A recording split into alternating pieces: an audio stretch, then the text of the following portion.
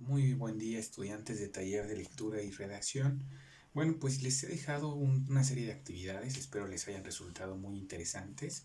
La primera de ellas, acuérdense, fue Las batallas en el desierto. Un niño de 8 años que se enamora de la mamá de su mejor amigo y esto sucede en los años 40 y él te cuenta, pues tenían que ver ahí el contexto, ¿no? El contexto, que es súper importante en la comprensión de lectura que les dejé ayer. El contexto es el entorno, o sea, los valores que estaban en ese tiempo, eh, el México de ese tiempo, en cultura, en problemas sociales. Por ejemplo, cuando él dice, empiezan a usarse las palabras thank you, yes, ok, one a moment. Entonces habla de un fenómeno cultural que es el pochismo o los pachucos que pues, traen las hamburguesas, las malteadas. Empieza un proceso de aculturación. En ese contexto, México vive un proceso de pochismo o aculturación, es decir, nos empezamos a gringar en los 40. ¿No? Hasta las películas en Tintán muestran un poquito esto, ¿no? Traemos un poquito la moda. Una película bien bonita que narra este fenómeno es Acá las tortas. Siempre platico de esta película en idea, ya cada que llevamos de desayunar tortas. Y bueno, pues Acá las tortas es una película también de los 40 donde un negocio muy próspero de tortas pues manda a sus hijos a Estados Unidos con las regalías de las tortas y ellos regresan agrandados, ¿no? Agigantados y ya no quieren a sus papás y se visten como gringos y hablan en inglés y ya no quieren comer tortas sino pues, hamburguesas, hot dogs, malteadas. También estos cuates pues, se visten ya al estilo estadounidense de ese tiempo, que era un sombrerito, una plumita, zapatos de charol. Y bueno, el México de los 40 pues así era la moda y eso podrían ubicarlo en el contexto cultural, ¿no? Decían que ya no tomaban mezcal, que hay que tomar whisky, se trata de blanquear el gusto de los mexicanos en una tertulia, que tomaban highball, que yo pensaba que era un deporte, pero no, resulta que es un trago, ¿no? Terminaba como con bol, yo pensaba que era como frontón o algo así. Entonces, pues el texto, sobre texto, esta pequeña historia, concluimos, te dice cómo es el México de los 40, con sus problemas sociales. Un super problemón que tenían, una pandemia que tenían en ese tiempo, bueno, no pandemia, pero sí epidemia, que era la poliomielitis. Él lo dice, ¿no? Dice, empieza a crecer mucho las ciudades, empieza a haber cierta contaminación, y él se queja de los problemas sociales de su tiempo. Si realmente le hubiera tocado vivir este tiempo, donde sí hay muchísima más gente, más ruido, y pues valores quizá un poquito más individualistas, realmente le hubiera sorprendido México, ¿no? Entonces, problemas sociales, él describe el México que vivía en ese tiempo, la cultura de ese México, quién narraba las corridas de toros, los deportes populares, quién era el presidente Miguel Alemán. Y bueno, todo esto te lo cuenta para decirte que en ese tiempo, cuando era niño, se enamoró, ¿no? Bueno, espero que hayan identificado bien el contexto. La lectura de ayer, muchachos, bueno, del video de ayer les dije que para ser un buen lector, un lector estratégico, siempre hay que ubicar el título, saber a qué texto nos enfrentamos, ¿no? Si es expositivo, si es descriptivo, si es argumentativo, si es científico, si es didáctico, leer los subtítulos. El título y los subtítulos te van a dar una idea del texto en cuanto a sus ideas primarias y secundarias y ubicar siempre el contexto. El contexto te da realmente un referente para entender bien la lectura. El contexto, pues me gustó mucho explicarles este tema, porque a partir de ahí, pues ustedes ubican el tiempo y el espacio donde ocurre la historia. Pues es un elemento fundamental para entenderla. Bueno, palabras claves. Yo les decía hace rato que yo no sabía qué era highball y estaba en la lectura, pues ya me tuve que ir a investigar qué es highball. Y bueno, es un trago. Bueno, muchas palabras que vienen en esas tres primeras páginas no son tan fáciles y probablemente ustedes lo batallaron. Siempre hay que hacer un glosario para comprender mejor tu lectura. Elimina la barrera del lenguaje. Hay palabras que no vas a entender y por lo tanto van a limitar tu comprensión lectora. Y ubica la tesis. ¿Qué es una tesis? Pues la postura del autor, ¿no? Y por lo general cuando los textos tienen una postura son expositivos y como bien vimos la función de la lengua es apelativa. Les pongo un ejemplo. ¿Quién está a favor? Si leemos así, México hacia la catástrofe social tras la política sanitaria. Bueno, con el puro título dices, bueno, va a hablar del COVID-19 y va a hacer énfasis de que los ciudadanos, a pesar de que tomemos medidas para no enfermarnos, el gobierno tal vez se ha equivocado. Entonces, bueno, ahí está la idea principal. Él no va a describir que surgió en China en diciembre y que el primer caso en México fue el 29 de febrero. Él no va a describir y que llevamos X número de enfermos. Él no va a describir eso. Eso sería un texto referencial. El puro título te demuestra que tiene una postura, es decir, una tesis. ¿Qué es una tesis o una postura? En este caso te puede decir, pues no ha habido pruebas. Se han maquillado los indicadores. Un terrible error es que la gente violenta y no hay normas para obligarlas al confinamiento. Otro terrible error es que el gobierno no apoya socialmente a la gente que ha dejado de trabajar, ¿no? O sea, pues el seguro de desempleo tarda como 3 meses en tramitarse, son 1,300 pesos, pues a ver quién vive con 1,300 pesos, ¿no? De alguna manera, muchachos, pues el gobierno se ha equivocado, ¿no? Trump, Nueva Zelanda y algunos otros han manejado mejor la contingencia. Ahora, hay quien puede en ese mismo tema tener otro texto en el que diga Gatell y López Obrador conducen a México a la salvación, ¿no? Y decir, al final de cuentas el objetivo es que no haya saturación de camas y se ha logrado y se interviene a tiempo y bueno, pues no endeudarse está bien. Bueno, ahí habría que ver qué tipo de texto estamos viendo y cuáles son las ideas centrales y las secundarias y cómo los autores exponen sus textos. Bueno, en ese sentido, ya les di unas claves fundamentales para ya no ser lectores ingenuos. Investiguen las palabras, identifiquen las ideas principales y secundarias, ubiquen su contexto y ubiquen qué tipo de texto es, ¿vale? Bueno, otra cuestión aquí fregona con la que cerramos nuestro día es la ortografía. Súper importante la ortografía para entender bien, ¿no? No es lo mismo las pérdidas de tus hermanas a las pérdidas de tus hermanas, ¿no? O sea, fíjate cómo ahí las pérdidas de tus hermanas suena hasta como una ofensa, ¿no? Órale, ¿qué te pasa, hijo de tu mamá, no? A las pérdidas de tus hermanas, que es decir, que han perdido cosas o que han perdido dinero. Uno lleva acento y otro no. Y en este caso un acento puede cambiar pues radicalmente el sentido de la frase. Entonces, bueno, les voy a dar unas preguntas y un ejercicio.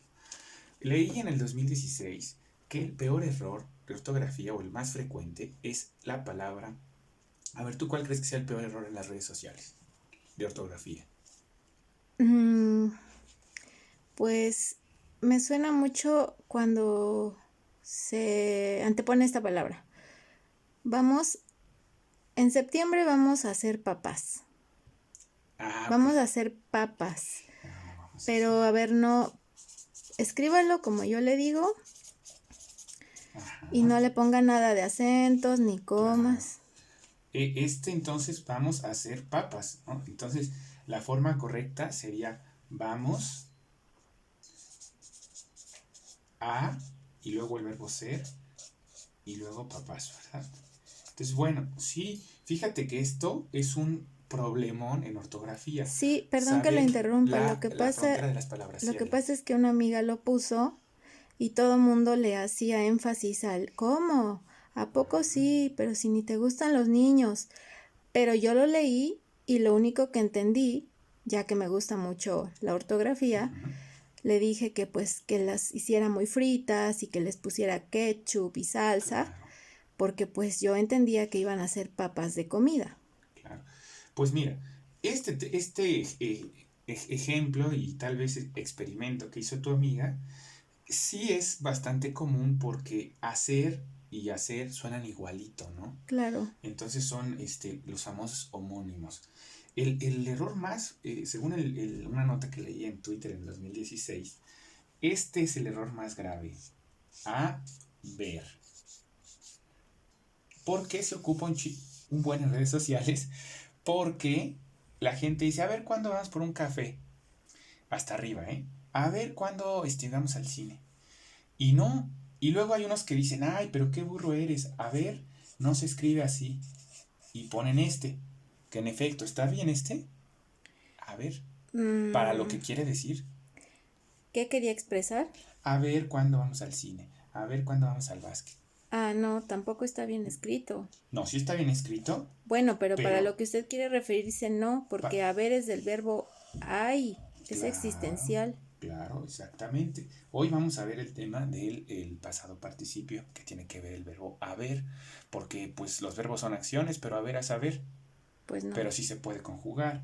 Entonces, suena y todavía te corrige, ¿no? A ver. Pero en realidad son dos palabras, igual que como lo hace tu compañera, a y luego ver. A ver cuándo vamos a jugar fútbol. Es un error muy común en las redes sociales porque pues se hacen planes, ¿no? Y todavía hay quien dice, ah, está mal, no va así, no va a ver completo y corrido. Y pone a ver de hay, ¿no? Del verbo auxiliar a ver. En este caso la correcta es esta, ¿no?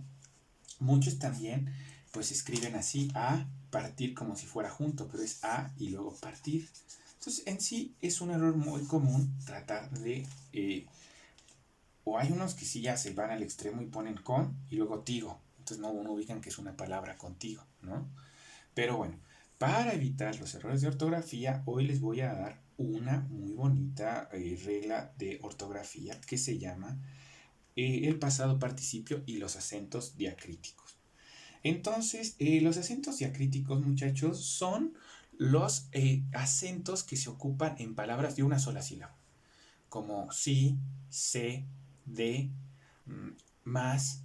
Todas estas palabras tienen una sílaba, están chiquitas, pero esas palabras de una sola sílaba tienen dos significados.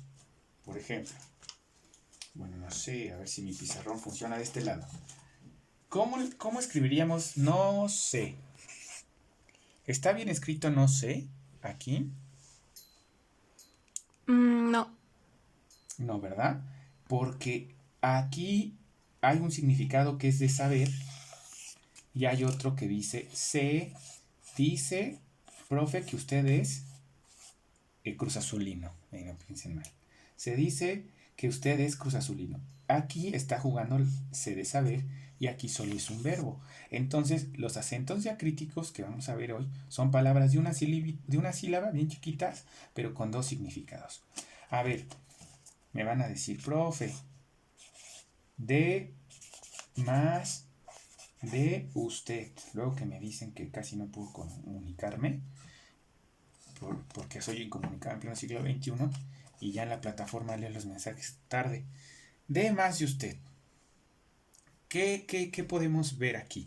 Incluso hay dos Ds, ¿no? De más de usted. Bueno, punto número 1. Este D lo dejamos con acento o sin acento. Sin acento. ¿Tú crees? Pues, Y eso que eres una diosa en ortografía, ¿eh? Pero fíjate, a ver, pero déjeme leer. a ver, va. Ah, ok, sí. De se debe de hacer énfasis con el acento, Claro. porque de es como se, o sea, de dar. De Exacto. usted. Hay que hacer énfasis en la E. Sí, y ahora, el trucazo que acabas de descubrir, un serendipity, es de más, o sea, de dar, tiene un significado igual que se de saber, de y ser. Y más, este más es acentuado, ¿sí o no? Claro que va acentuado. Sí, porque marca cantidad, ¿no? De más de, y este solo es un artículo, entonces no va Ese es un acentuado, artículo. ¿verdad? De más de usted. En este sentido, luego, hay un más que no lleva acento, ¿verdad? Cuando tú puedes decirle a alguien, es un buen equipo, es un buen equipo, como mi Cruz Azul. Más, Más su uniforme es feo. no, está bien bonito. Más no ha ganado, no ha ganado, fíjate, y con esto cerramos la clase de hoy. Es un buen equipo, más no ha ganado. Este Más más es se como, ocupa como comparativo de algo. o propiamente dicho, es un pero, ¿no? O sea, pero no ha ganado. o sin embargo no ha ganado, ¿verdad? O empero no ha ganado. Es lo mismo, ¿verdad? Yo una vez vi a la clavadista de México ser muy garigoleada y dijo, pero, más, sin embargo, la competencia estuvo difícil. Y esto es muy redundante porque es decir pero, ¿verdad? Hay unos que la riegan y dicen, pero más, sin en cambio. Y es, sin embargo o en cambio. Olvídense de decir el pero más, sin en cambio o el sin en cambio. La verdad está muy mal empleado el sin en cambio. Es en cambio o sin embargo. O, en este caso, este es un sin embargo, es un buen equipo, sin embargo no ha ganado. Y como solo está haciendo énfasis como en un conector, pero de oposición, este conector no lleva acento, ¿no? En este caso, muchachos, no ha ganado. Fíjense, ha es el pasado participio. ¿Qué es lo que quiero decir? El tiempo haber, el verbo haber, es conjugado con ha ganado, hemos ganado, han ganado. Recuerden, cada que haya, mi conclusión es, cada que una palabra termine en ado, ido, to, so o cho, siempre el a debe de ir acentuado. Porque ¿a poco no sería muy común que pongan ha ganado? Oye, pero pues esto marca que es un pasado participio. Por lo tanto, este es un a de haber y el haber sí lleva h, ¿verdad? Espero vaya quedando claro. Entonces, bueno, la segunda regla es, hay un verbo que se llama pasado participio, que es un verbo auxiliar, es decir, a o haber no tiene ningún significado, solo auxilia a otro verbo, en este caso ganar. Ha ganado, ha perdido, ha amado, ha logrado. Este verbo por sí solo pues no tiene un significado, ¿no? Sí lo podemos ver. ¿A poco? Lo voy a poner aquí, ya para cerrar con este último ejemplo. Ha de ser muy fregón. ¿Lo ponemos con acento o sin acento? ¿Tú qué dices? Ha de ser... ¿Con acento o No, con H? con H, perdón. Ha de Porque ser desde muy... hace rato está usted diciendo acento. No, pues la estoy regando. Ya hasta se prendió el fantasma vino. Ha de ser... lo ponemos con H. Ha de ser muy fregón. No. ¿Tú qué opinas? ¿O el H solo lo guardamos para cuando termine en ado, oído, tos, ocho? Sí, claro, ahí no lleva H. Ahí no llevas. ¿Cuánto apostamos? Una pizza, ya rajaste. Bueno, pues fíjate que sí lleva H. Porque aunque no termina en ado, oído, tos, ocho, este es un verbo. Ha de ser, ha de haber, he de ganar. O puede ser, he de ser muy fregón. Entonces este es una solita, conjugado. Este es un haber que está conjugado.